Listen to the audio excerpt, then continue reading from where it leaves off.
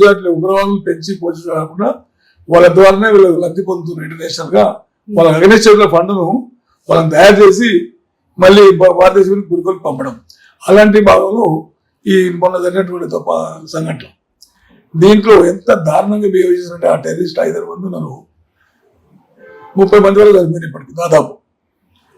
దీంట్లో ఈ 30 నీచంగా దారుణంగా హృదయం లేనటువంటి మృగాలుగా వాళ్ళు భార్య ముందుల భర్తను చంపేసి, భార్య వేడుకుంటే కూడా నన్ను కూడా చంపేయి, ఆయన ఒక్క చంపితే నన్ను వేడుకుంటే నేను చంప, మీరు పోయి మోదీ గారు చెప్పినట్టు.